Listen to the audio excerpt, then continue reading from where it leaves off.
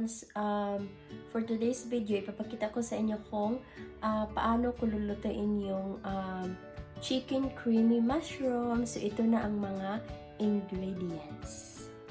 Okay, so, syempre, meron tayong thigh chicken. And, of course, we have mushroom. You need to wash it and slice. And, of course, we have simmer sauce creamy mushroom. So, ang gagawin ko ngayon, i-slice ko lang to and then I will slightly brown it dito sa ating pan. Okay, let's get started. So, ayan, na-fry na natin yung chicken at nilagyan ko lang siyang a little bit of oil. Tapos, the rest, i-ano ko lang to, i-brown ko yung chicken in batches. So, ayan, once the chicken is lightly brown, we're going to put it in the slow cooker.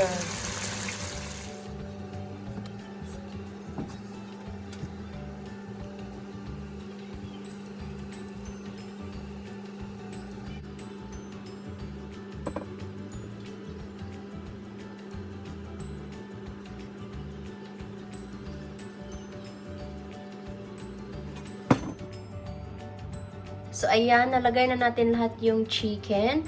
Ang susunod naman natin ngayon ay itong sauce.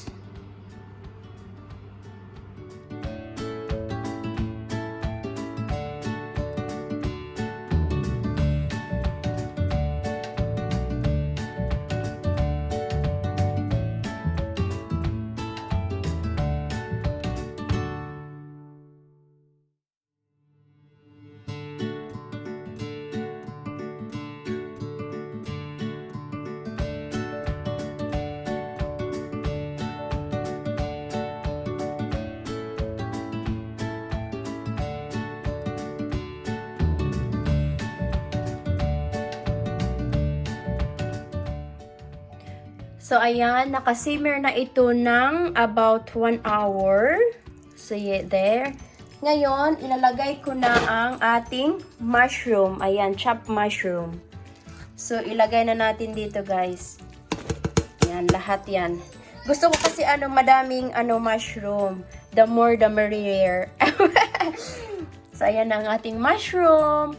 Tapos, syempre, lang natin haluin to. Ayan. Very gentle.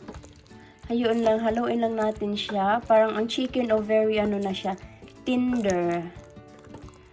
So, very nice, no? Haluin lang natin siya. Okay. So, just leave it a bit longer. So, ayan na guys. Malapit na siyang maluto ang ating